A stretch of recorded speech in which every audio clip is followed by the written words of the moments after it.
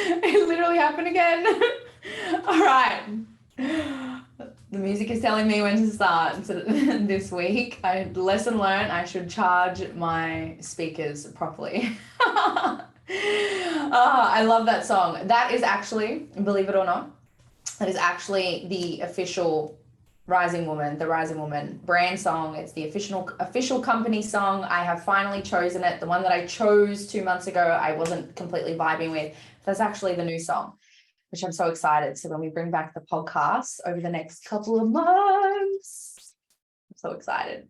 We've booked in dates. It's going to be really, really big. And I'm really excited. Me and Mon have something big planned, very big planned. I'm excited. All right, so I'm excited for today's conversation. How are we all feeling today, ladies? How are we feeling? I know that some of us are dropping in from the Facebook group. I know some of us are Stephanie. Hi, Stephanie's on Facebook. Rosanna's on Facebook. Lauren is on Facebook. Amazing. Hey, Sarah. Amazing. Bex, Sophie, all of us are here. Okay, awesome. So we've covered some really big topics over the last. I feel feeling good, like a different person is emerging. Yes. Okay, so there's been some big conversations that has been happening, very big conversations. I think a lot of us are really just leaning inwards right now. And I think that there's been a lot that's come to the surface for all of us. We've had some good conversations about our worthiness. We've had some good conversations about disappointment. We've had good conversations about collapsing time. And we've had some really big, expansive conversations. And all of this is actually so necessary for us to go through. Good morning or good evening, Lynn. So good to see you. Amazing. Not overwhelmed. Thanks to yesterday. So good. Amazing. So today we're gonna cover a big topic, a very big topic, and we're gonna cover the beautiful word called jealousy.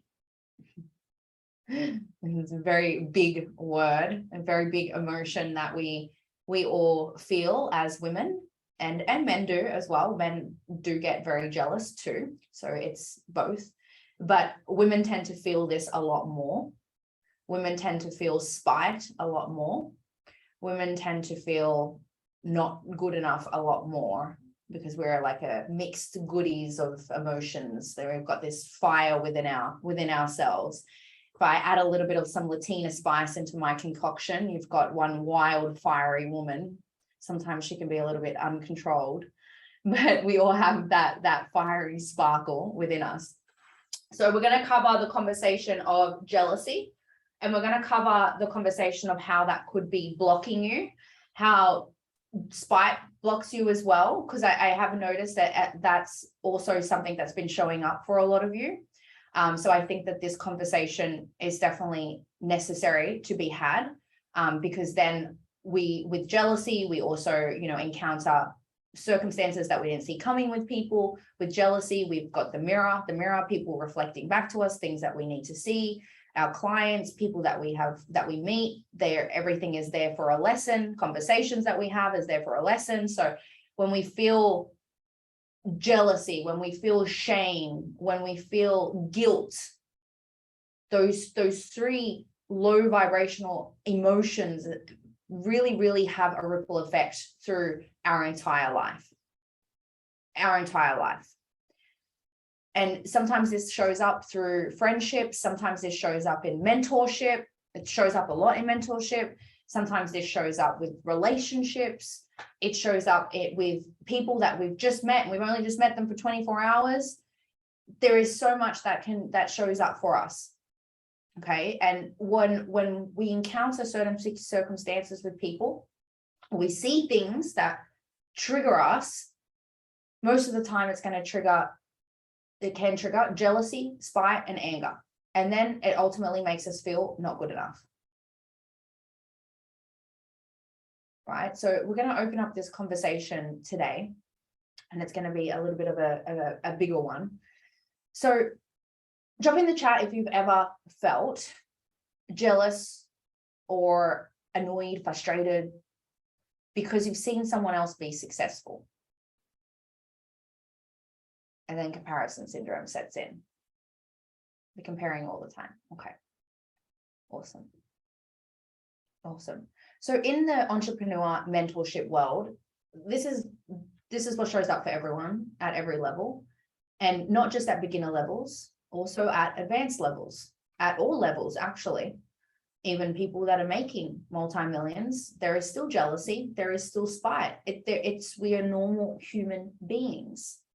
We're normal human beings. We feel normal human being emotions. And forever, as long as we are living and we are plugged into self-development, there's always going to be a layer. There's always something. There's just something niggling inside. It's just as you grow and you grow, sometimes you become more self-aware. And then when you become more self-aware, you also become quite sensitive, and it's kind of like you just see everything happening and you're like, whoa. And when you do go through all this journey of understanding all the emotions and the feelings of people, and you're dealing with lots of people, when you're dealing with yourself, when you get to different levels, it becomes a lot easier to actually navigate. It becomes easier, just like, so to give everyone some reassurance, it does become easier. Does it still hurt? Yep. Does it still feel painful even when you start growing? Yep. Does it mean that you don't feel anything? If you experience comparison syndrome, jealousy, or spite, or you deal with someone that has conflict with you, or whatever the circumstance is, does that mean you don't feel it? Even though you're successful, you still feel it. You still feel it. You will still feel like someone is trampling on your heart. You will. You don't become invincible when you make more money. You become more seen when you make more money. And what happens is that if we look at polarity in life, the balancing of energies, the balance, like we always need to, in life, everything has, there is polarity. Just like we've got masculine and feminine energy, just like we have joy and sadness, right? We have frustration and anger. And what's the opposite to frustration and anger? Happiness and giggly and like bubbly and all the things. But we also have success, and we have leadership, and we have people on the other side of the spectrum who can't stand it. Right? So there's always a devil to every side. There's always a devil to every side. So it doesn't matter how successful you become. It doesn't matter how enlightened you become, how abundant you become, how joyful with your life. And when I talk about, joy and abundance and enlightenment, I'm not relating this to money. I'm not saying that you need to have $1 million or multi-millions or be a gazillionaire just to feel enlightened. There are a lot of people that are genuinely happy making $10,000 a month, making $20,000 a month. They're wealthy. People feel wealthy, like genuinely wealthy, enlightened, abundant, joyful with less. So I'm not tying these emotions to a number, because if you do tie these emotions to a number and you're like, I'm only enlightened, or I'm only abundant, or I'm only good enough, or I'm only worthy enough, or I'll only be happy when I'm making X amount of money, you're actually not in alignment or abundance. You're not there at all. You're not even sitting in joy or the energetics of wealth. You're actually sitting in lack. So you're on the other spectrum, but you're trying to convince yourself that you're here, but you're actually here, right? So the same thing happens with when you're becoming successful. This was the hardest thing that I had to go through. And today I'm going to relate so much of this to my own journey, so much. Even in the last 24 hours, I've encountered something and I'm just like handing it over. I'm just like, whoa, this is just not even my vibe anymore. And it all has to do with money, right? But the more that you grow, and the hardest thing for me when I was growing, and I couldn't understand it for the life of me, I could not understand it. And I was getting so frustrated, because the more that you grow and the more that you put yourself out there, the more that you allow yourself to be seen, the more that you will put yourself, your heart in the line, the more that you share your story, the more that you show up, the more that you do more things, you do the masterclass, you do the program, you do the mastermind, you do the private one-on-ones, you go all in, you're like all in, you're growing and things are moving at hyper speed and everything's happening. You become a leader. you become a power of influence. You build a legacy, you build a reputation, you build a name for yourself, you build your credibility, you build this status. It doesn't mean that you're better than anyone else. It doesn't mean that you are in a hierarchy or anything like that.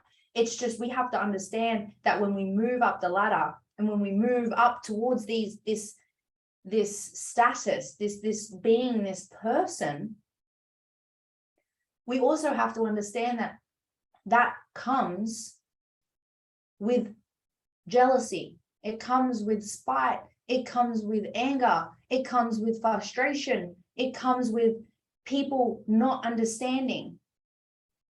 It comes with people projecting, people deflecting, people putting all of their stuff onto you or saying that you've done something wrong.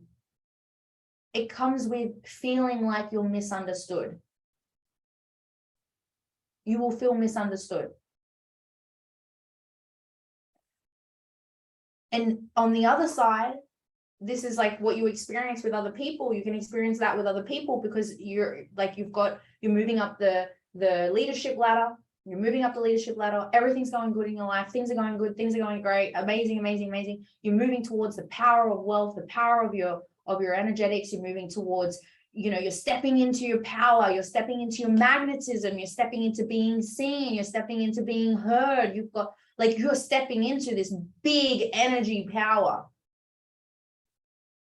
But there's the other side, duality. You have both. You don't just get to bathe in the success and live in this world where everything is beautiful and nothing, there's no problems, right? But just because you move to here, it doesn't mean that you won't experience jealousy.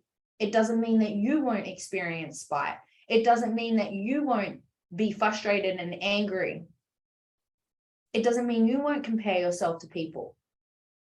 You still will. Because guess what? There's someone still ahead of you. So it doesn't, there's always someone ahead of you. There's someone paving the way before you. Right? So then, if we build the scale even bigger, we've got who you used to be, who you are now, and who you want to become. So we add another person into the mix. And you suddenly, you're in the middle. You're smack bang in the middle. And you thought it was just you. And now you're experiencing emotions and feelings and everything from someone else. That's where you used to be. You used to think like that. You used to feel like that. You used to operate like that. You used to have wounds like that. You used to have all these problems exactly like that person. Now you're here. Now there's someone else ahead of you. And you feel everything that you felt there, except you have a deeper self-awareness. So it doesn't stop. That's why every level has its own devil. Every level will have its own little devil. It's little nigglies. It'll shine the light on little cracks that you didn't even know were there. Something that was there. And this is why mentorship is so important. This is why I truly believe mentorship. If I didn't have mentorship, I don't think I would have ever been able to get through everything that I had been through. There's no way. And I've had multiple mentors at one time. I still have multiple mentors at one time. I choose to have it because there are times where I need clarity. I need support. There's always times where I'm I just don't understand why I think and feel this way. I don't know how to navigate the situation. I don't know how to move through something. I just don't know. And you invest into a mentor because that mentor has that knowledge. They have that wisdom. They can say, look, this is what I know from my personal experience. This is how I feel like you could navigate that so that you can move through it. Right? But when we invest into mentors as well, that is going to be the most triggering experience for you. It is triggering. It's very triggering.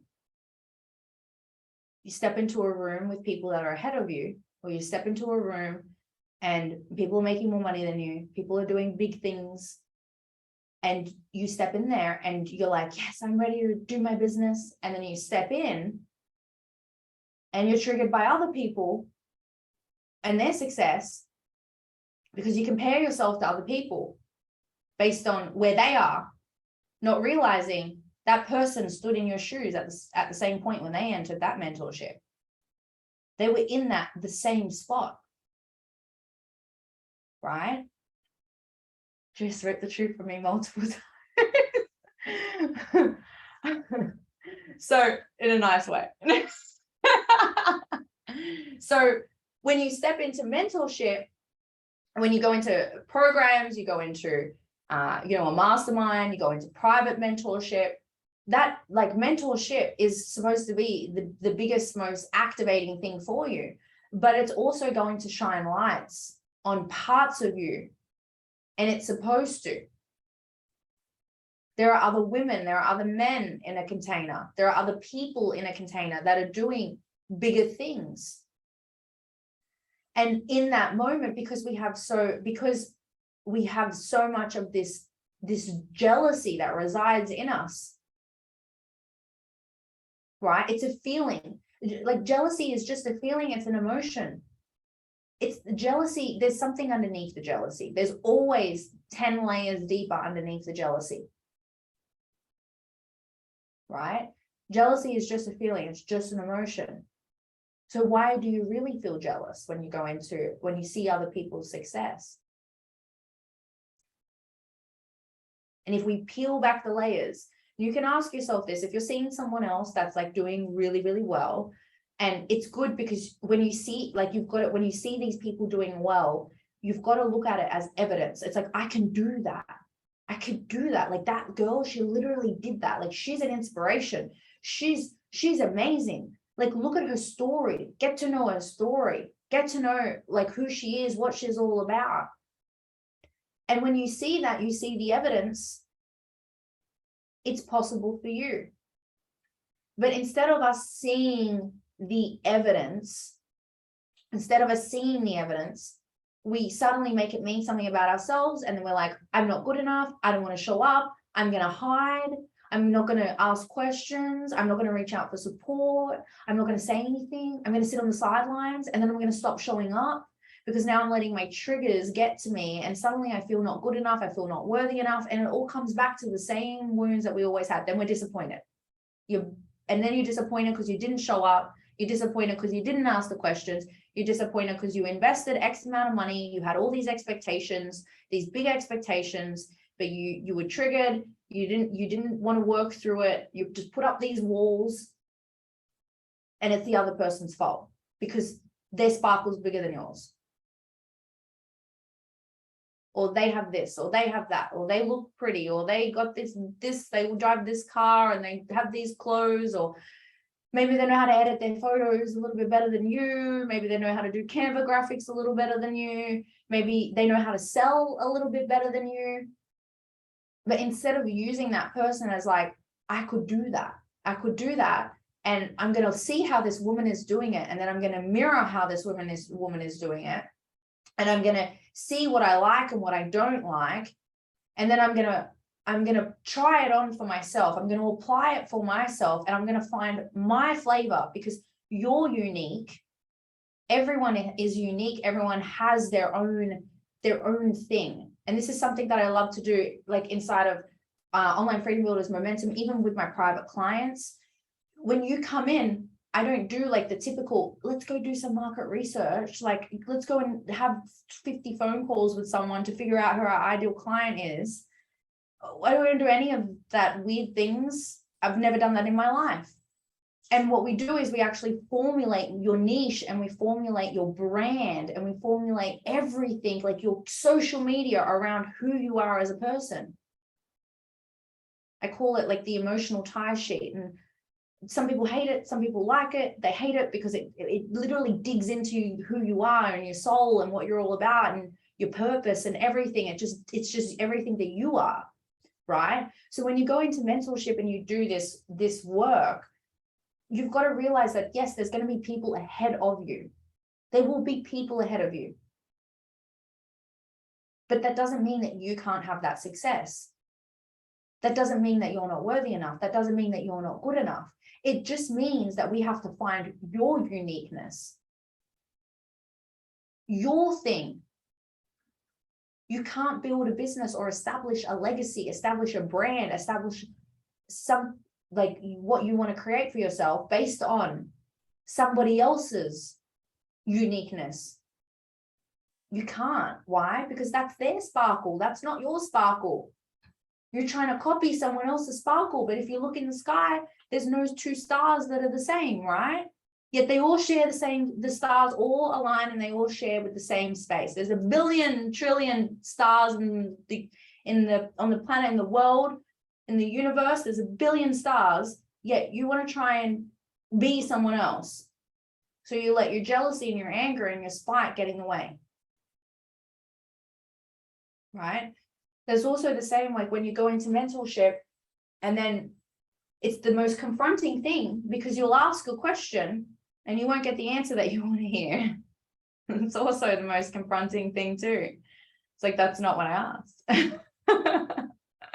But I asked a question about this. It's like, yeah, well, that's not the thing. That's not the thing, right? And it's confronting for a lot of people. This is also where like jealousy and spite sets in. Because you have to be open. When you go into self-development, you have to be open. You've got to be open. Even in this program right now, if you're in the Experience Incubator as well, like every program that you do, you're learning things. There are women in here that are, in my masterminds, and they're in the Experience Incubator too. And they learn so much just from being in these programs. They learn a lot about themselves and they have huge breakthroughs. But you have to be open. Things don't just show up for you because it's just showing up for you. And it's like the world's angry at you. Things are showing up because there's something sitting in there. There's something inside that you got to ask yourself, where is this coming from? Why do I feel this way? Why am I jealous? Why am I jealous that she's making X amount and I'm not? Where inside of me? Where inside of me? There's a big chance that you feel jealous because you don't feel seen and you don't feel heard as well. Sometimes a lot of women don't feel seen and heard. But is that the truth? Is that really the truth? Right? And it all stems back to your childhood, maybe not feeling seen and heard by your parents at one point. You ask for things and they say no. You ask for support, you don't get support. You want to play in the playground, they say no. You want to have the nice toys, they say no. You want to have the clothes, the brand names, because the other kids have it, and they say no. Right? You get into mentorship, you do sales calls, you try and close people in the DMs, they say no, you don't feel seen, you don't feel heard. Connection. You see other people becoming successful, and then jealousy sets in, because when you're a little girl, you're probably jealous that someone else was wearing brand clothes and you weren't, and you didn't fit in. You didn't fit in. You weren't the popular girl. Maybe you were. Maybe you were the popular girl, but you weren't happy, right? Your past experiences and things that you might have went through, like in primary school as a little girl, in primary school, in high school, like it's the same thing in mentorship. It's the same thing in the self-development space, right? But we as coaches building coaching businesses where leadership is the forefront of a coaching business. You're not just a coach. Like, you are a leader. And the only way to step into becoming a leader is someone that can lead people with them. It's not hierarchy. There's no hierarchy. There's no who is better. There's no I'm better than you. There's no I'm making more money than you, then I'm better than you. Leadership is walking together. True leadership is being humble, is being kind, is being loving, is being compassionate. True leadership is being able to lead people with you, not boss people around or think that you're better than someone else. So as coaches doing this work, it's important that if you do feel jealous or you do feel spite or anger, you've got to figure out where that's coming from, because you have to heal that for you to grow. You have to heal that for you to grow. And we all have it. We all have it. I think everyone has it. I've had it. I've felt so jealous because other people have things that I didn't have. I was so angry. I was so mad at the world, like so frustrated. You know, I used to really struggle to have a lot of relationships with females because, you know, being bullied at school, being bullied in high school. I didn't want to be friends with females. All I associated with females was pain. Just pain. I'm like, I don't want to feel that pain. I don't want to feel embarrassed. I don't want to feel not good enough. It was easier for me to be a tomboy and hang out with the boys because the boys were cool and they would pick on me and I could just dish it back. And I could be a guy, like I could just chill with the guys. Right? It's easier to be friends with guys than it is to go with girls.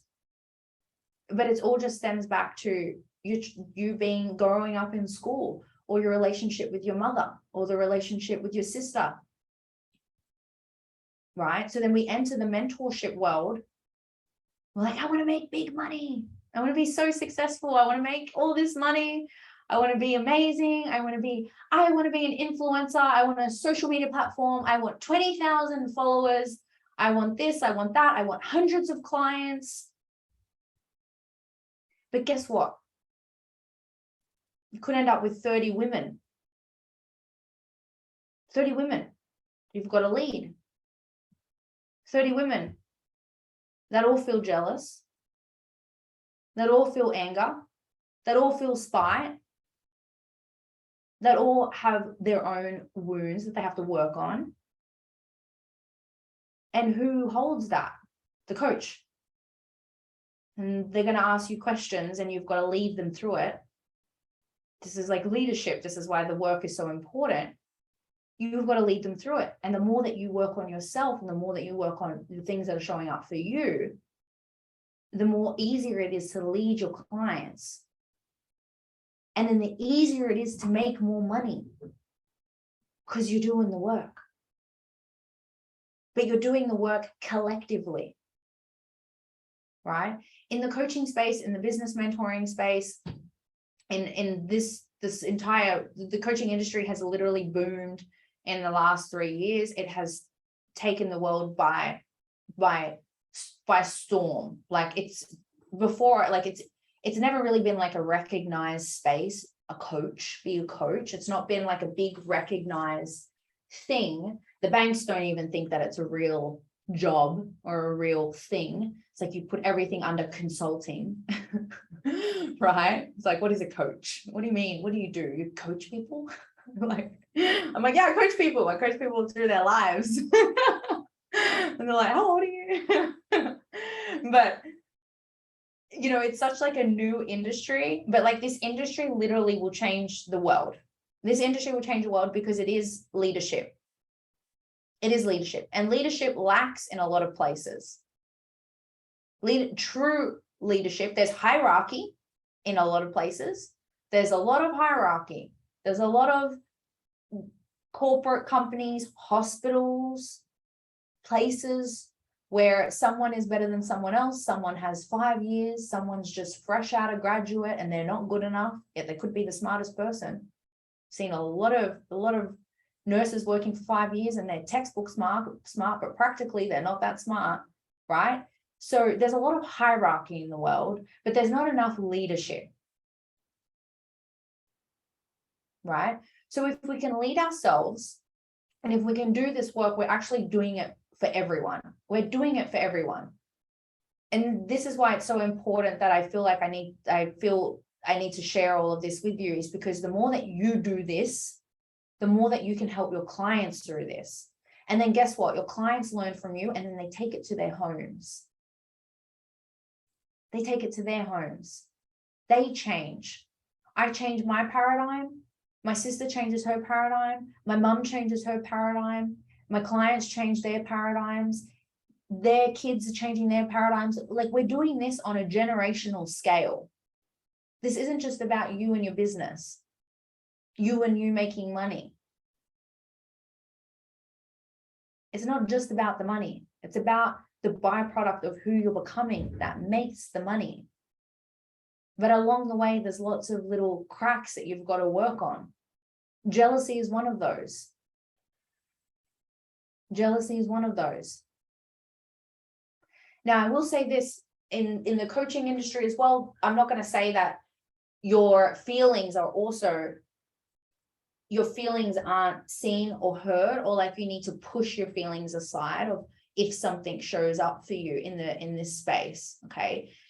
And, you know, all of this is very important for you to know, because when you're tapping into the energetics of wealth, you are going to have things that are going to pop up for you that you're going to have to move through. So you can get back into energetic, and you can get back into that magnetism. Okay. Because you might be in magnetism and you could be in the energetics of wealth and magnifying money to you and all the things, but that doesn't mean that you're not going to encounter situations. You are still going to encounter circumstantial, personal stress. You're still going to encounter feelings and emotions, right? You're living in humanity right now where everything that we're experiencing is feelings and emotions based on what we see. Yeah, because if the energetics of wealth is your manifestation and your visualization, you're probably not thinking about manifesting some really ugly things. You're manifesting joy, you're manifesting like desire, you're manifesting abundance, enlightenment, and all of the goodness of the world. Like, that's what you're manifesting. You're not really manifesting a bad friendship or a bad relationship, or like, you're not really manifesting it. Now, you can manifest things bad to happen in your life. That can happen. And that's what we spoke about yesterday, where it's you're trying to avoid something by thinking about it. You're trying to avoid something and you think about it, you're like, I want to avoid it. I don't want this to happen. I don't want this to happen. I don't want this to happen. But it's just sitting real close to it actually happening, right? But on the big scheme of things of manifesting, the context, you aren't really manifesting a shitstorm. You're not really. You're trying to get away from that. Yeah. So in saying that, you're going to still encounter situations that are going to test you. So along the way, you might encounter mentors that you don't like. That's okay. You may invest into coaches or people that maybe at one point of your life, they were good. Maybe at one point, like, I want to be here to learn something. There's just something that I want to be in this. I want to learn this. Okay. And maybe something goes wrong, right? Maybe you get in there and it's not actually what you thought it was. Maybe you get in there and the person that you thought she was is not the person that she is. Maybe you get in there and, I don't know, something happens, something triggers you, something happens. Maybe you end and there's a breakup. There's a toxic breakup. This happens in the coaching space. I've encountered it one time, and before that, I had never ever had anything like that happen. And I honestly didn't even think it was a thing. And then I learned about it because I was trying to figure out what the hell had happened. And you go through a breakup, right? When you stop paying someone and the mentor is projecting because they're annoyed that you stop paying them because they made it about the money, not about the journey, right? So you're going to go through that. You might encounter something when you step into mentorship, and maybe the mentor shines a light. They shine a little light bulb, a little light lamp on you on something that is sitting there, and maybe you're not ready. You might not be ready for that conversation. And you get angry and you get annoyed. So you stop going to calls because you're like, oh, I don't want to have that happen again. I'm not ready for that. Can I just have strategy? But the mentor knows, well, I can give you the strategy, but there's something here that we need to uncover before the strategy is going to work. Maybe that triggers you. Then you get resentful, you get annoyed, you get angry, right? So some things might happen that you may not agree with. Good and bad. There might be some things that you see in the coaching and mentoring space that you might not agree with. It might not match your morals and your values. It might not. It might not align with who you are as a person. Maybe at one point it did. Maybe at one point. Maybe you get in and you realize, I actually don't want to mirror you, because coaching and mentoring is all about mirroring, right? You mirror people. That's how you become successful. That's also why, like, calibration, collapsing time, quantum leaps, that happens because you're mirroring that person. You see something in them. You see something in them, and you see yourself. You see you becoming that. Like, you see yourself becoming that, right? So you invest into someone, and maybe you realize halfway through the container, this actually is not the person that I want to mirror. But does it mean anything about that person? No, it doesn't. It just means they're not in alignment with you. Does it mean it was a horrible experience? Does it mean it was a bad investment? Does it mean you didn't get anything from it? No, it doesn't. It just made you realize that that's not how you want to do business. So it wasn't actually a bad experience. It probably was a good experience. And having experienced this for myself at the level that I'm at, having experienced that, I really realized who I did not want to be in this space. I really realized that. And I realized there were some things that I was mirroring that I had to detach from. I had to cut cords along the way. Because I'm like, oh, I just don't know. I don't like that. That's actually not who I am. Right? So you might experience things like that.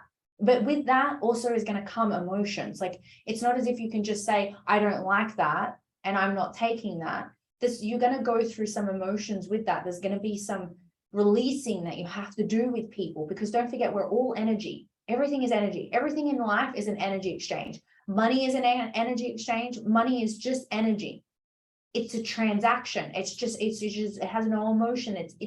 It's a frequency. Money is a frequency, right? And so are people. So when we spend time with people and we're close to someone, it's an energy exchange. So you're going to feel some emotion along with that. And that could be anger, and that could be sadness, and that could be jealousy, because you get annoyed. You're like, well, that person's successful, and now I'm annoyed because I didn't like it.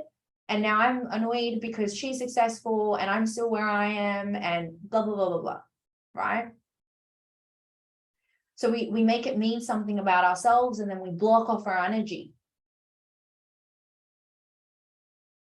But really, that person just wasn't in alignment with you. And there's going to be heaps of people that are not in alignment with you in the coaching and the mentoring space. Even some of the most successful people, you're like, you know what? She's amazing. Like, find ways to give people praise.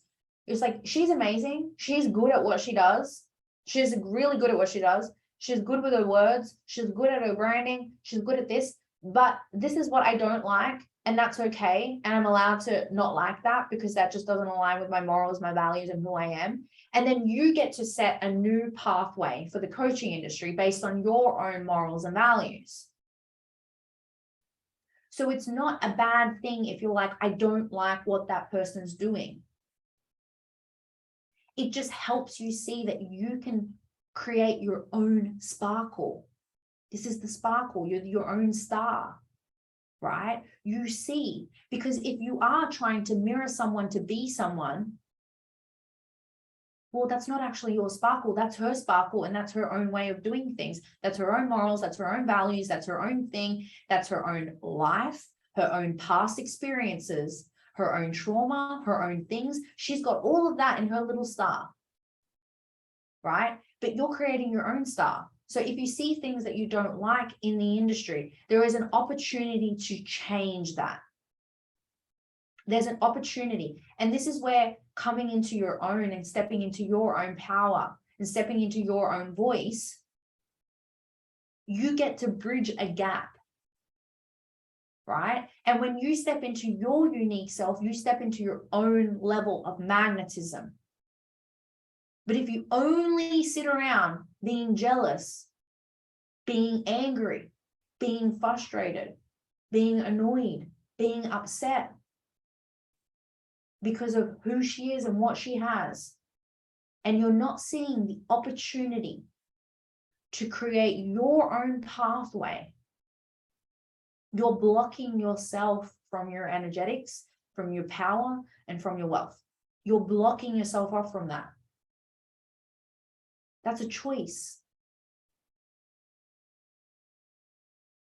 Because you don't have to be someone else. Because even if you were someone else, you'd probably magnetize the same clients, and then you're magnetizing the clients that aren't actually in alignment with you to begin with. Then you've got all these clients, they're not even your vibe. They're someone else's vibe. You may as well have just passed all those clients off to somebody else. Right? This is why this is why I don't believe in market research. I just don't believe in market research. I believe in looking to see trends, looking at brands, looking at styles, looking at things, but I don't believe in full-blown old school way of doing market research, where you have a million conversations with people to figure out who your niche is, where you talk to people, see where they're at with their business and ask them lots of questions. I just don't believe in that. Because then you're building your character, you're building your persona, you're building your business, you're building your brand on the premises of what someone else thinks, someone else's opinion, someone else's thing. You just have to build your business on your thing. That's literally it. It's just you. It's you and your life and your story. But along the way, all these emotions, all these feelings, they come in and they stop us. They stop us from moving.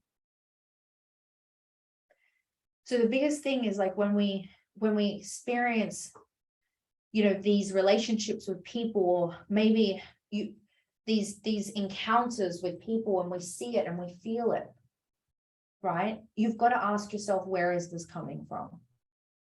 You have to ask yourself, where is this coming from? Where is it coming from? If I was to know, where is this coming from? And you ask yourself and you get to the core of it. You find out why I feel this way about that person. And then at the end, the truth will always be the truth. You will realize the truth always comes down to your own worthiness. And at the end, when you ask yourself the question, can I have this? You have always been worthy and nothing has ever changed. So you have to be able to work through those emotions. And there might be something that pops up for you. There could be heaps of things that pop up for you that you need to go and attend to. You need to go and heal. Right? It's the women that trigger these things inside of us. And the men, they're different kind of feelings and vibes and all the things. But women are probably the number one triggers. They are the number one triggers for everything. Now, there's also being good triggered and there's also being bad triggered. Now, just because someone does something on the internet and it triggers you, it doesn't always necessarily mean that it's an activating trigger.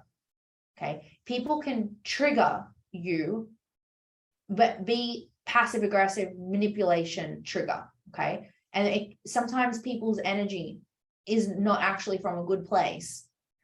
So even if someone is triggering you, we also have to decipher whether this is a good trigger or an activating trigger. Right? Because you have to be able to navigate between activation. Is this triggering me because it's activating me? Is this triggering something because it's got something inside of me? Or is this actually a trigger where someone's projecting? Right? Where someone's projecting their own things on the internet. So there's positive triggers and there's negative triggers. Okay. Not all triggers are meant to be activating. Not all triggers are meant to say that there is something sitting inside of you. This is where we also have to ask ourselves questions. When we experience something, when we feel triggered by someone else or someone says something to us, we've got to ask ourselves some questions here. do I feel triggered? Did I feel triggered because this is something inside of me? Do I feel triggered because I feel attacked? Where is that coming from? Why do I feel this way? And we have to ask ourselves those questions. Like backhanded compliments, Mel says. It can be. Look, I always take a compliment as being a compliment. I try not to look beyond compliments. I'm like, she's giving me a compliment, I'm going to take it. That might be, if you feel like that, maybe that's like a trigger, or you feel like that's fake. That could be a lack of your ability to receive compliments from people. So you don't accept it. So you think it's fake. So also, especially with a lot of women, there's that fake, there can be that like fakeness, fake friendship vibes. You know, we all go through it in our 20s. Everyone's like, click, click, click. Everyone's got the clicks. You got to get in with the click, you know. So we feel like, oh, that person's not authentic. I'm not sure about that one, you know. So that could be, you may not be able to receive compliments. Okay. But if I talk about, you can talk like just even like content of people's, where it's passive aggressive, or it's like, you know, putting down people, or like criticizing people, or like saying people doing things wrong. And this is what you're going to learn in feminine expression next month, is about speaking to desire, getting out of that like polarizing, aggressive, toxic masculinity, wounded feminine energy content. Because that also, like content, if you watch social sales, when I spoke about the social sales selling machine, like content holds energy. Content holds energy. Content, you write that from emotion and feeling, and people receive that. And when you're connected to someone, you receive it. So when you're watching people on the internet and you're like, I love what she does, I'm inspired, and then they write something that doesn't vibe with you, and you're like, whoa. Now, if that could have come from a bad place and you felt that, because you are connected to that person, you're seeing them every day in your newsfeed, you're seeing their stories, you're watching, you're consuming, you're thinking, she might be my next hire, I might hire her. And then you see something and you're like, whoa, that is not a vibe, right? And that could be the thing that's like red alarms, not the right person for me, or it could be shining some light on you. Okay, so we've got to ask ourselves, we've got to figure out, is this activating triggers, or is this actually misalignment triggers? Yeah, that's actually I think the hardest thing to do, especially on the internet, because we consume so much and we're watching everyone and we're trying to figure out where we're going, who we want to be, like what type of person we want to become, where do we want to put our money, and all of the things. It can get a bit overwhelming. But regardless, even if you get plugged in somewhere and you encounter a situation that you didn't quite like, you got to take it as a lesson and you learn from it. But it helps you develop your thing. Okay. Everyone is building their coaching business differently. Everyone is leading their coaching business differently. Even if I have clients and I lead all of these women, just because I teach a lesson, it doesn't mean that someone's going to take that. It doesn't matter how pure it is. It doesn't matter how loving it is. It doesn't matter where it comes from, or how it's delivered. It could come from like pure love and just my heart and soul. The person on the other side may not want to take that, and they may not want to apply it, and they may not want to. They might do a complete opposite, right?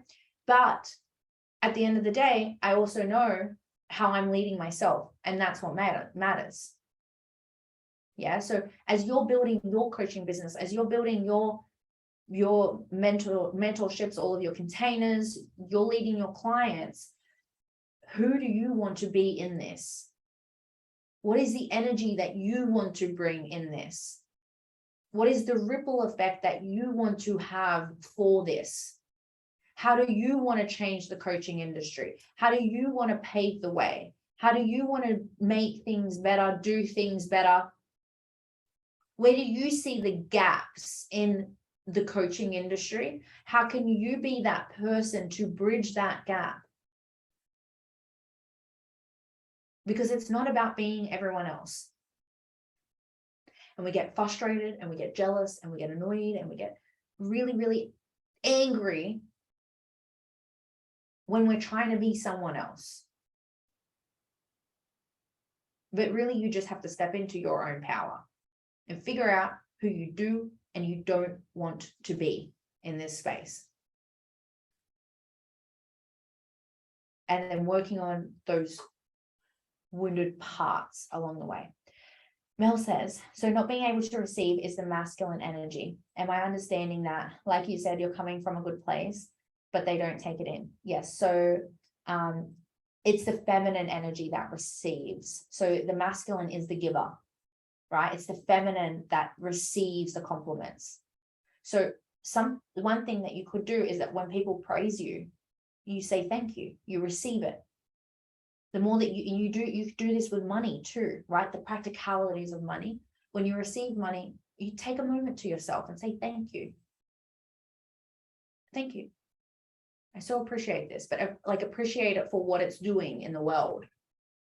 Not just for you, but appreciate how it's going to, like appreciation for the person investing into all the things. Same with compliments. How many of you receive compliments and you can't receive it? I remember I was like, when I was like used to date heaps and all the things years ago, like guys used to say, you're so beautiful, you're so this. And I'd be like, yeah, I'd be like, change the sentence. I'd like change the topic. And like guys would say, like, you really don't know how to receive compliments, do you? And be like, no, I don't. Can we just move along here? Right. And that's like you closing yourself off to receiving from people. Yeah.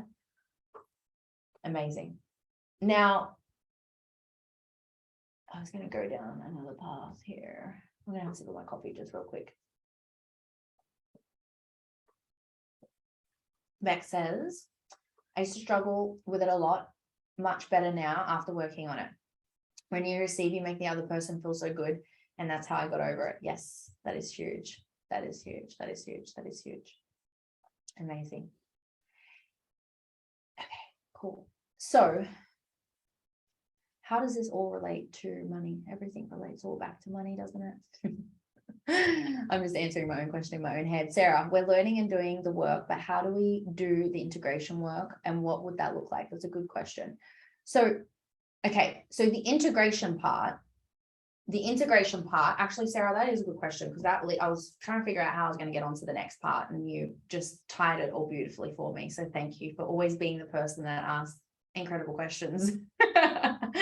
So the integration part, this is the hard part. Okay. So once you have an understanding and you can see it in your own life, then it's not as if you go and create jealousy. You go and put yourself in circumstances so you can be jealous, right? I remember when my mom actually, she did some counseling sessions to work on her anger. And then she's like, I've got it. I've got the lessons. I've got everything. I know what to do. Now I just need to find someone to annoy me. I need someone to make me angry. I got to go start some arguments. I was like, Mom, it does not work that way. You don't just go and start some arguments. She's like, yeah, but how do I test it? How do I know how do I do this now so I can get past it?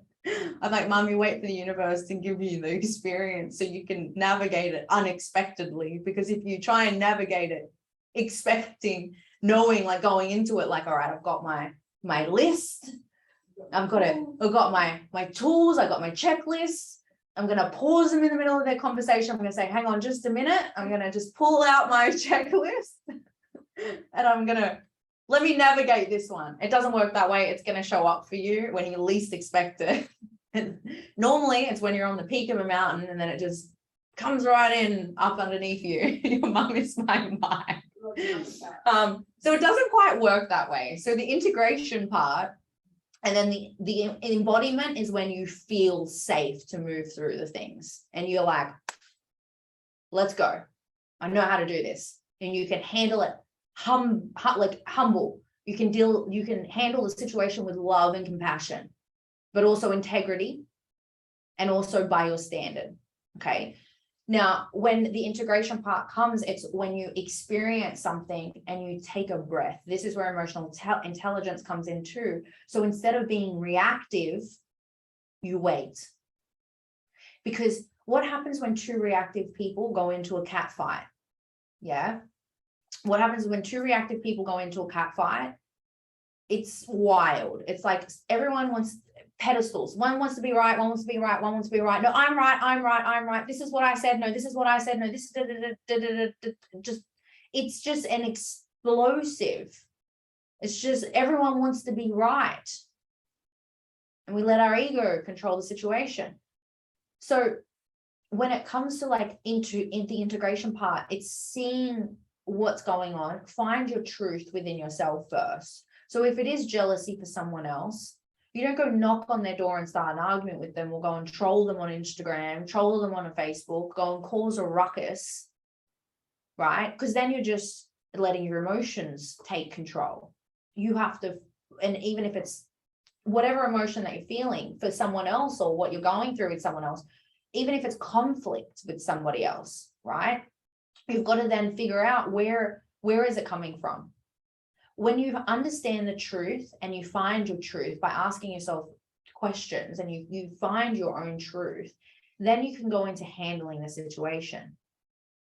Okay. And the first time that you kind of, you go and implement these strategies, it's not going to be easy. It's not easy. It's not easy. The first time, and every time looks different. Every time looks different. You never get the same circumstance twice. You'll get similar. You won't get the same circumstance twice. It'll look similar, but the universe will keep sending you the same ones. And it's not that it will never come back to you. It's just, how are you going to handle it this time? Your emotional intelligence gets better because you're implementing the strategies. And if you only ever deal with the same situation the same way every time, you're not actually shifting your identity. You're not actually changing. You're trying to handle the same things with the same emotional intelligence. But the universe is like, I know you want to be successful, but if you want to be successful, you've got to learn how to handle these situations a little bit better. Because at the top of the mountain, when you are successful and you do have all of the money, you might have 100 of these same people. How are you going to handle it then? How will you handle it then? You can't handle one. So it's going to test your emotional intelligence. So by implementing the strategies and by asking yourself, find the truth. What do I need to heal? Is there something within me?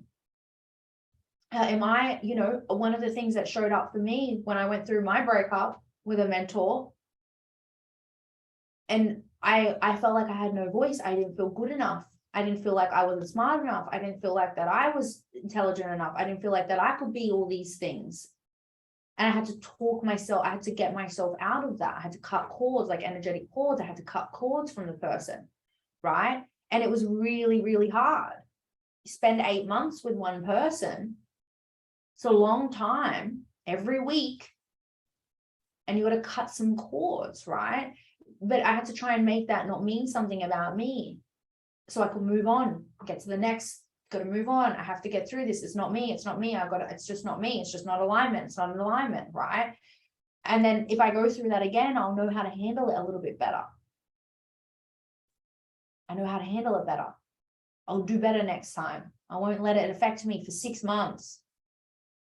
I'll move on from it next time, right? The same things will happen with clients when people are out of integrity with money. Oh my gosh, that's the worst one.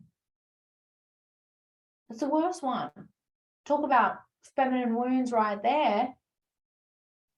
Oh my gosh, you want to really affect a woman and really like stand on someone's heart?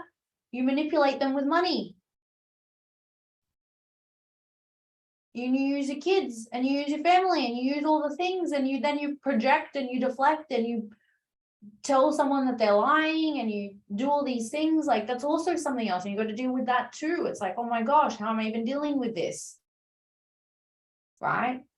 But you'll deal with it. You got to face it first, right? You get the tools. You're like, okay, I can do this. I'm going to move through the pain. I'm going to deal with this. I'm not going to make someone's emotions mean something about me. You find out if you've done something wrong. If you have done something wrong, you've got to take ownership for what you've done wrong. If you haven't said something or you did something incorrectly, you have to take ownership for that, because then that'll make you a better person and you'll feel at ease, and then you handle the situation.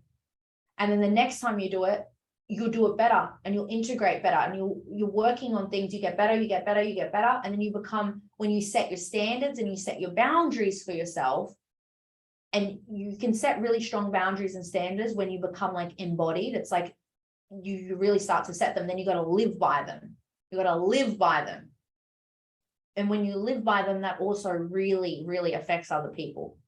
The people that don't have boundaries, the people that don't have standards, the people that haven't worked on themselves as much as you've worked on themselves, and they see that and they fear the power. Remember how, like, here you are, eventually you'll get here as you do self-development, as you do things for yourself, but there's always someone ahead. But when you start to get clients, what happens is you start to get the people that you used to be. You get clients you used to be, because they're your ideal client. It's who you used to be, right? So you're in the middle. But some of those people here are not going to be the right ones. As you grow, people change. You may get people that used to be a version of you, but they may not move like you. They may not do things like you, but they're definitely there to test you. They're definitely there to test you. I refunded someone this morning and got abused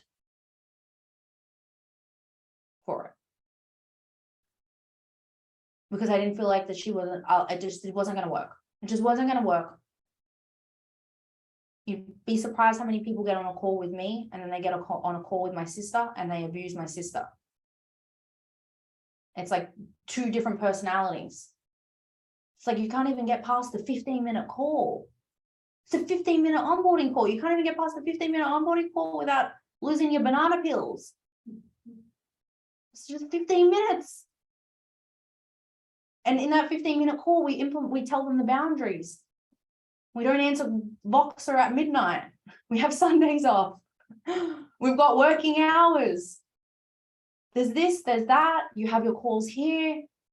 If you want to reschedule, this is what it looks like. You can't just reschedule, cancel your call, and then expect us to move our whole life around the next day. And people that don't have boundaries don't like that. They don't like it. It's like, hang on a minute. I'm not a child. How dare you tell me what to do? And they can't even get past the 15 minutes. Imagine what 16 weeks with me is going to feel like. Holy crap, you're only just doing an onboarding with my sister. She's the soft one. She's the cuddly bear. I'm the one that'll have an opinion. I'm the one that'll rip apart your mindset. She will too, but she does it a little bit differently to me. We work together. You get one, we play two different parts, right? But people don't like it. The more that you heal yourself, the more that you heal yourself, the more that you do this deep work, the more that you become successful, the more money you make, the more that you attract wealth into your life, the more you get to the core of who you are as a woman, the more you stand in your power. There are going to be people that don't understand you, don't understand your power, don't understand your boundaries, don't understand your standards, don't understand why you're doing the things that you're doing. You know they're for the greater good, but it's going to rub people up the wrong way. And those people are there to test you and your emotional intelligence. They're there to test to see, is there something sitting underneath the surface that we need to get through in order for you to get to the next level? But they're a version of who you used to be. So they're the tests. You want to get to the next level, you want to make your next 20K, you want to make your next multiple 6 figures, you want to be a millionaire. People come into your life to test you. Are you ready? Let's see how you handle this one person that was a red flag, and all of a sudden Let's see if you can handle that. Let's see what you can do with this first. I want to see how you handle this situation. Is this going to show something for you? You're going to get jealous? Are you going to get mad? What are you going to do with this person? Let's see how you handle this conflict in your life. And we'll see if you can handle this at the next level when you've got 5 people doing it at one time. Not one in 1 week. Let's see if you can handle 5 people in 1 day. Because you're HR too. Your HR, your conflict resolutions, you're everything, right? So people get sent to you to figure out what's going on underneath your surface, what's going on. And sometimes it has nothing to do with you, and it's just testing your boundaries that you implemented, that you said was your word, and you said I wouldn't break that. And then people will come. How many times have you gone to break your boundaries with people? Yeah, you got your pricing. It's someone new in your world. You've never known them. They've never been a client with you. Never been a client. You don't have that relationship, that sisterhood. I can say most of all the women that I've worked with for like a year, 6 months to a year, like I would call them my friends, and I have immense amount of trust for them because they've been really, really amazing people in my life. So them, I don't worry about. I really don't have to worry about them. But new people, sometimes I have my guard up. I'm like, right? And how many times have you said, this is my contract, this is my boundaries, this is my standard, but then for the sake of money, you break your back. And then it bites you on the bum. And then you get annoyed. Because you're like, well, I was doing this for you. Why? Right? It's the universe test to say, like, can you handle this? Or when I give you $10,000 more this month, are you going to create leaks in your business? Are you going to let down your boundaries? Are you going to let down your standard? We've gotten you this far. We got you this far. We got you to this amount. And you had to learn a lot of lessons to get here. So if I take you to another 10K, another 20K, how are you going to let down your guard? How are you going to work on this with people? Right? But then we get annoyed when we try to go and give discounts to people. We go and create leaks and everything. And then it brings everything out of us. It's like all of our wounds come out, and it's like, I'm not good enough. She doesn't love me. Why doesn't she love me? Why isn't she signing up with me? I just discounted her. I just did this. Why doesn't she love me? Why now is she abusing me in my DMs? Why is she being passive aggressive? Why is she doing this? Why is she doing that? Why is she doing this to me? Right? It's a test. You end up resenting people. You become the people pleaser. Yeah. But the more that you allow when you go through these certain circumstances, how you become really integrated and embodied, and then it doesn't really affect you. Like it affects you, but you get to a point where it's like, I know who I am. I know what I'm all about. I know I've done this over and over. I'm a good coach. I'm phenomenal at what I do. I have so many testimonials. I have so much social proof. I am a walking testimony of my own word. I know my energy. I know my power. I know what I'm capable of. I know my word is law. I know what I do is good. You get to a point where people will come and try to ruffle your feathers, and you will be so okay. You'll be like, I've been doing all this work. I know how to handle this, and I know who I am. And you love people, and you let them go. And you close it off. You close it off. But you get to this point. How do you get to this point?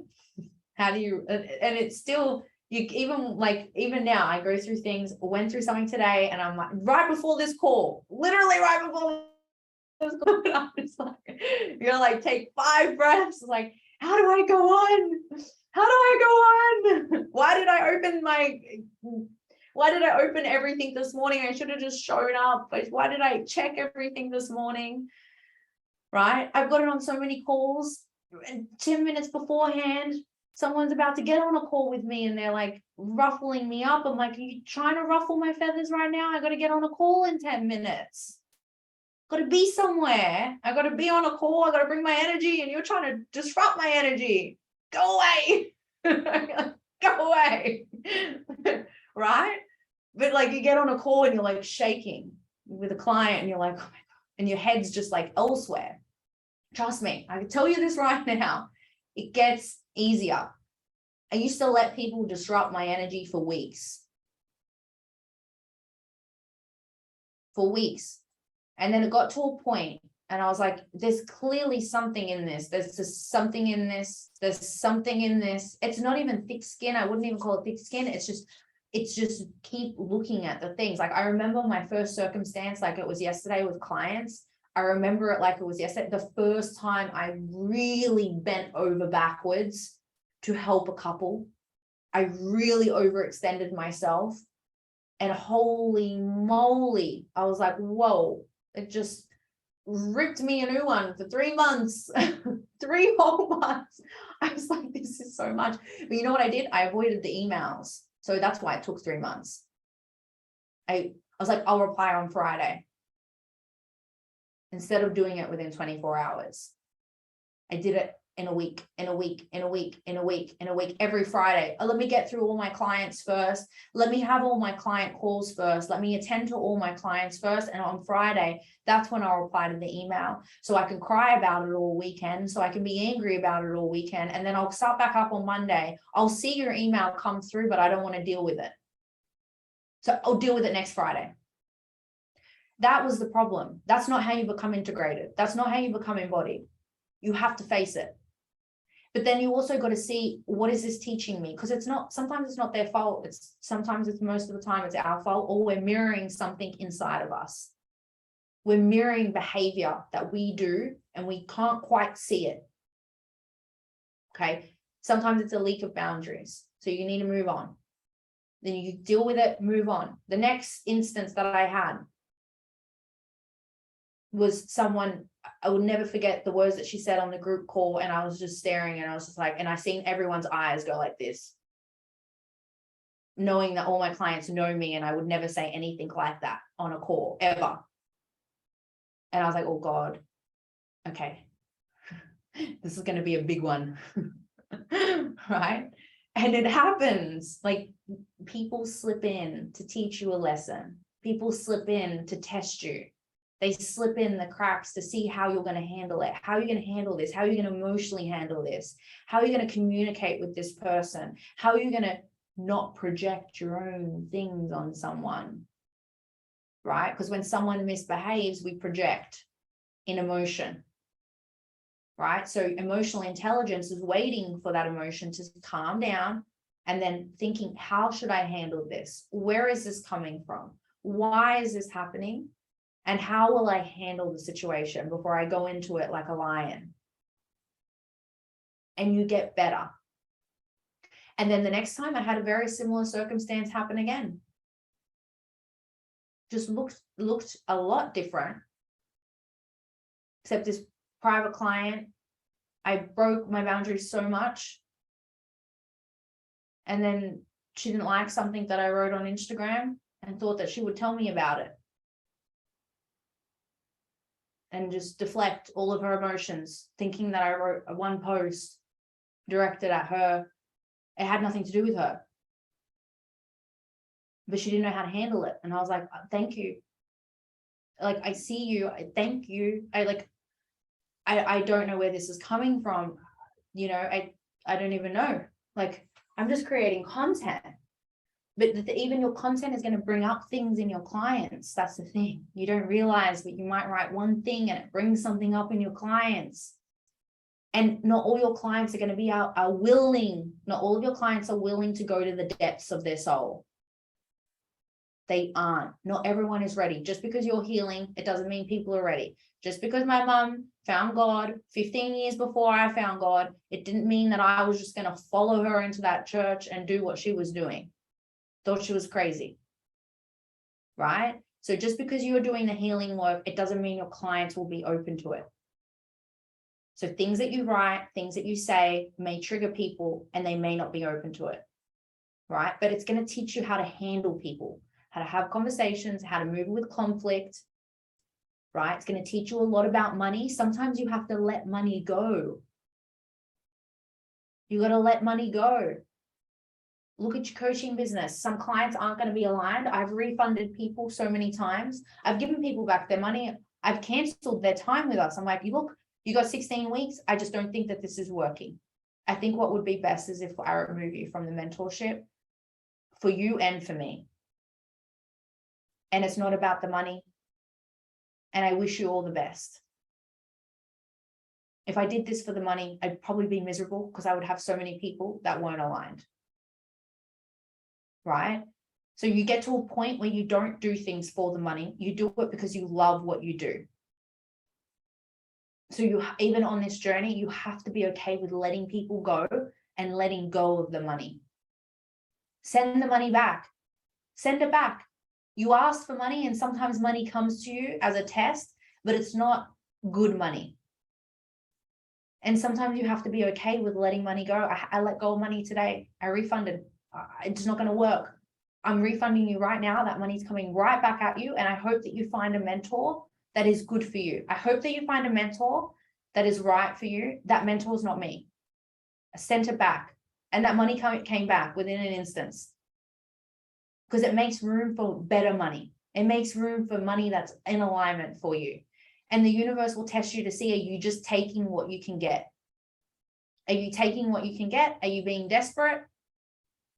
Are you taking money from fear? Are you taking money from scarcity? When you see those red flags and they're like waving at you in that, are you listening to your feminine energy? Are you listening to your intuition? Or are you just taking anyone for the sake of it? Because if they can't get past the onboarding call, could be 16 weeks of hell.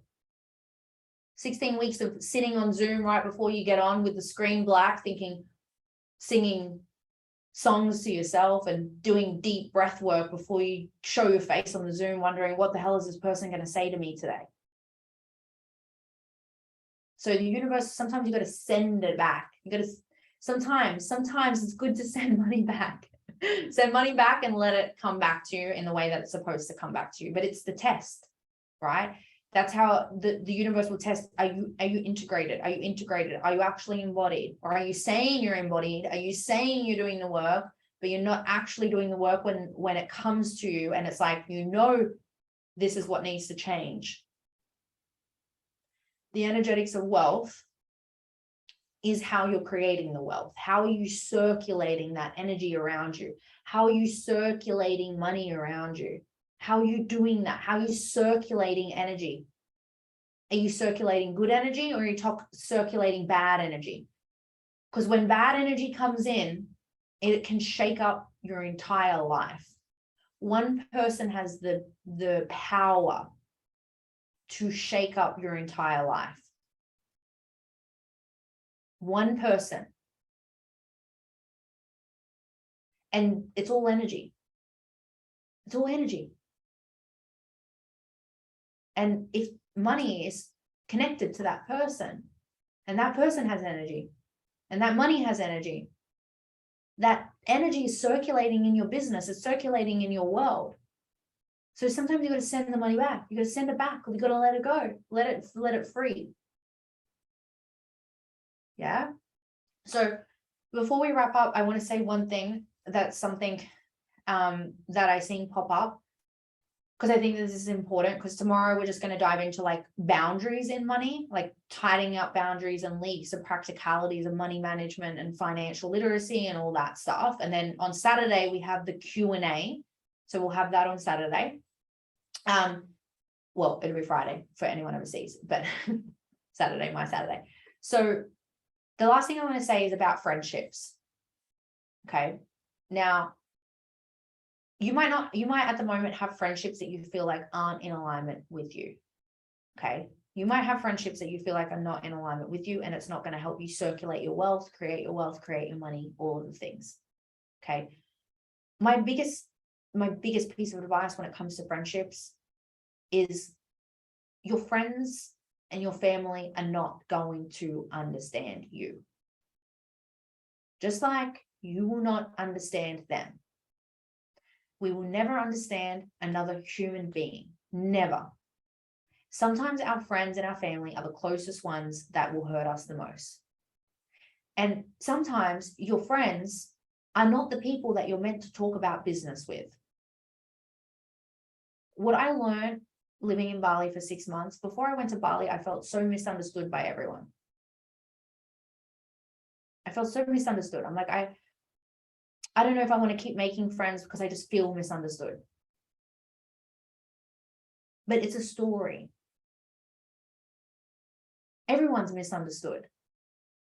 Sarah's misunderstood. Angela's misunderstood. Bex is misunderstood. Mel, everyone is misunderstood. We're all misunderstood. No one gets me.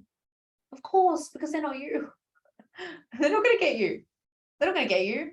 They might not. But the thing is what I found is that you can just be you, and your friends may love you even just for who you are. They don't need to understand what you do and how you do it. They don't need to know everything about your business.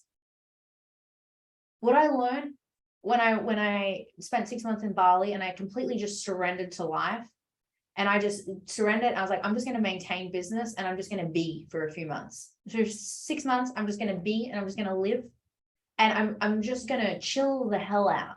I was like, just going to chill. And I just maintained, and I just went and lived. I just went and explored and just lived for a bit. And what I found is that I made some really amazing friends. Now, I wanted to travel to meet entrepreneurs. I was like, I need entrepreneurs. I only need entrepreneurs, because entrepreneurs, they will get me.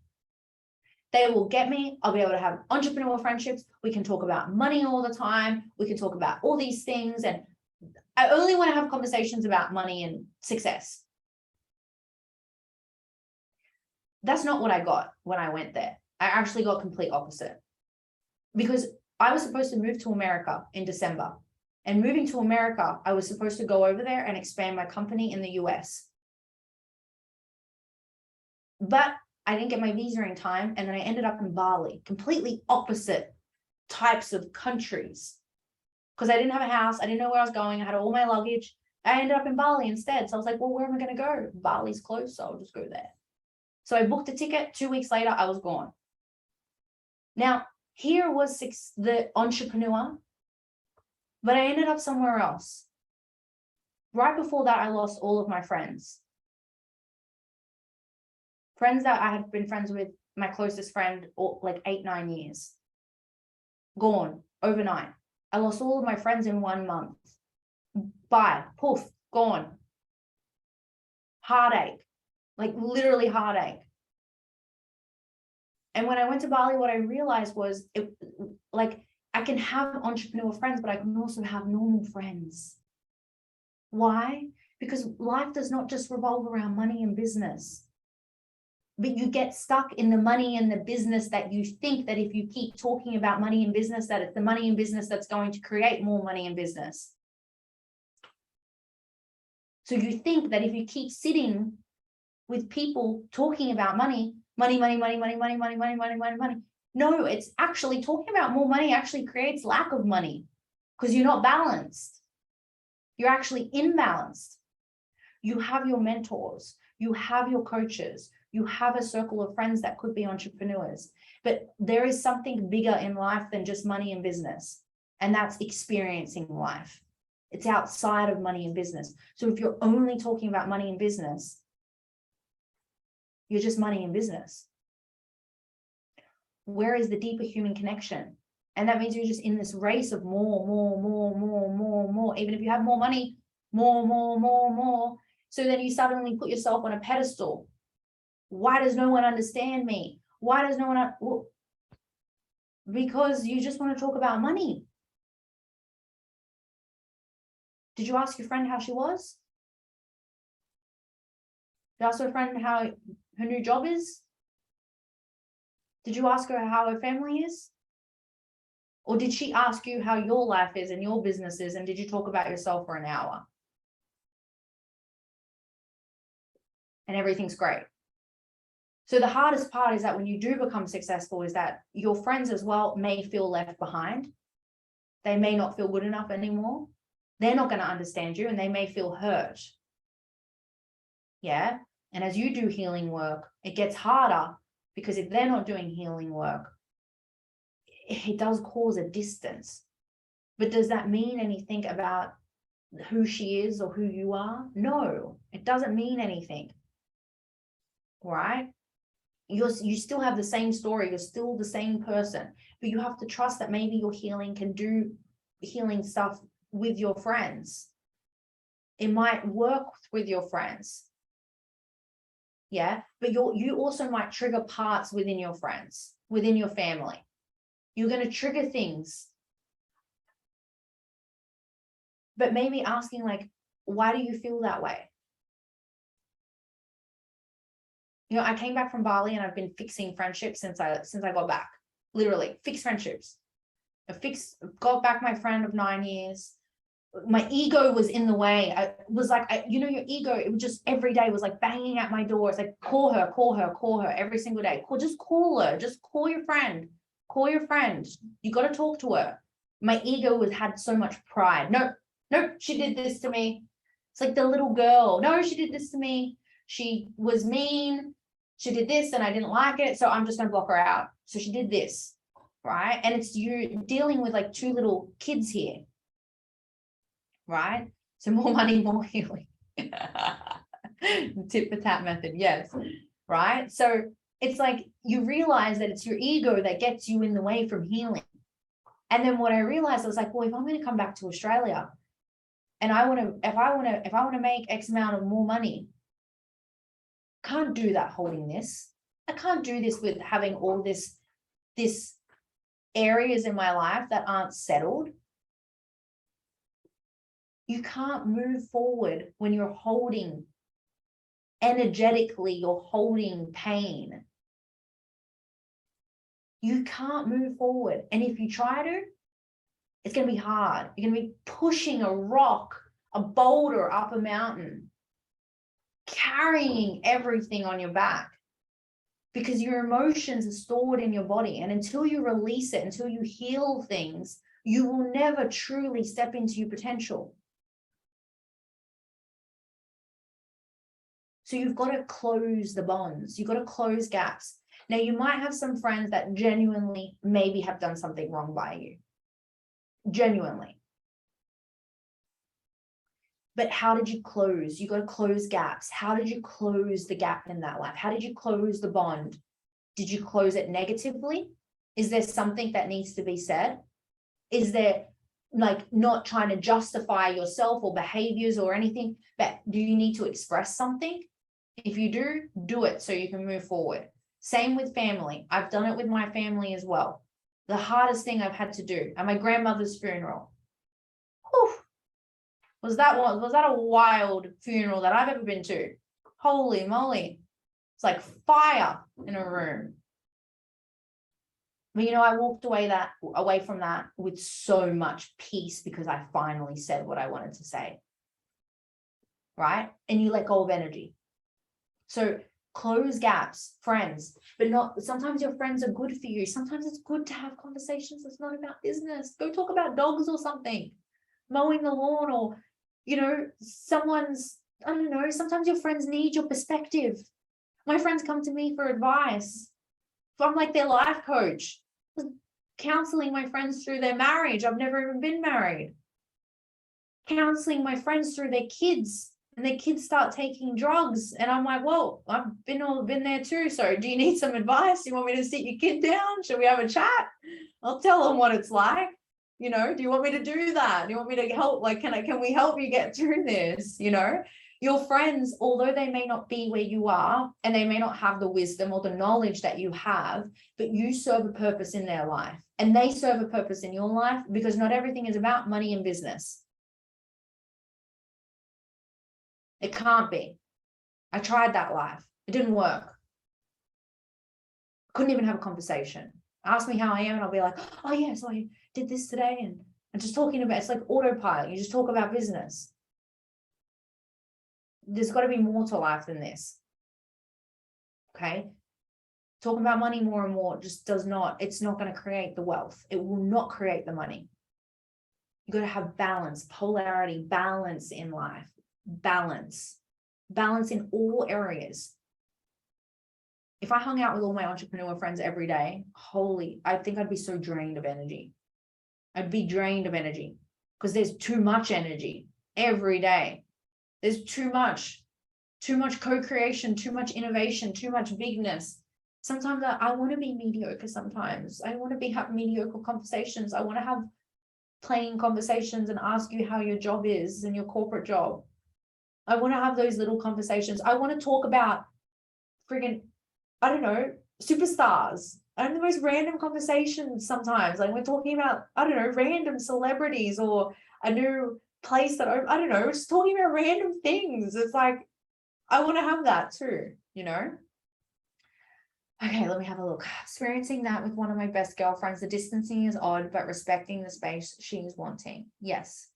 And maybe Mel, it's just having that conversation and seeing, like, ask her, like, why is she feeling the way that she's feeling? Like, you'll never understand her, but hear her perspective. Just hear it, right? Maybe your healing can help her heal too. Yeah. Would it be worth going back to friends you lost a few years ago and closing it nicely? I'm so unsure if I'm holding on to that. You could, if you, Bex, if you were to ask yourself, like, are you holding on to things from that? You could definitely go and say your piece. And sometimes it's like saying, I'm sorry for something maybe that you did, right? There's always two to tango. It's never just one person. It's never just one person. There's always two people always play a role in something. Even all the friendships, even when my closest friends have hurt me, 100%, the hardest part is getting past your ego and saying, I actually was a part of this too. And taking ownership for that part, right? So you've got to take ownership for that part. And you say your piece. And I've done this with heaps of people, like from the past. Even the guy that I'm with now, it was horrible to him. It was so horrible to him. He wished me happy birthday every month, every year. And I left him on scene for years. And I left him on scene. What a horrible person. He sent me a beautiful message and I left him on scene. And I was like, I'm so sorry. I literally was so horrible to you. And I was not good within myself. And that's why I was horrible. And I want to apologize, because if you're holding on to anything, this was before we even just started dating. I was like, if you're holding on to anything, I have to say my piece. And then we started talking again. It was so random. So it closes gaps. You close gaps because you're holding on to things you don't remember. Death does funny things to people. I've learned that in the last 30 days. It truly does. I think death is the hardest thing to encounter, but it also really enables so much healing and peace. It brings so much out of it. And it's, you know, death is one of those things that's heartbreaking, but it's also quite beautiful. Angela, October will be 6 years my dad passed, and I still remember the funeral very vividly. Lots of emotions, everyone handled it so differently. Absolutely, because we're all on our own journey and everyone is all healing in their own way, especially when it comes to family. The dynamics. Dad's is special. We'll miss him every day. Very grateful for the time I did have with him. Amazing. God bless. All right, ladies. So I love you all. Thank you so much for being here. I hope a lot landed for you today. Tomorrow, we're going to dive into a lot of practical stuff around money, boundaries, and all of that stuff, managing money, and some things that I can hand over to you that I hope can just clean things up. Okay. All right. So I love you all. Have an amazing day, and I will see you all tomorrow. Bye.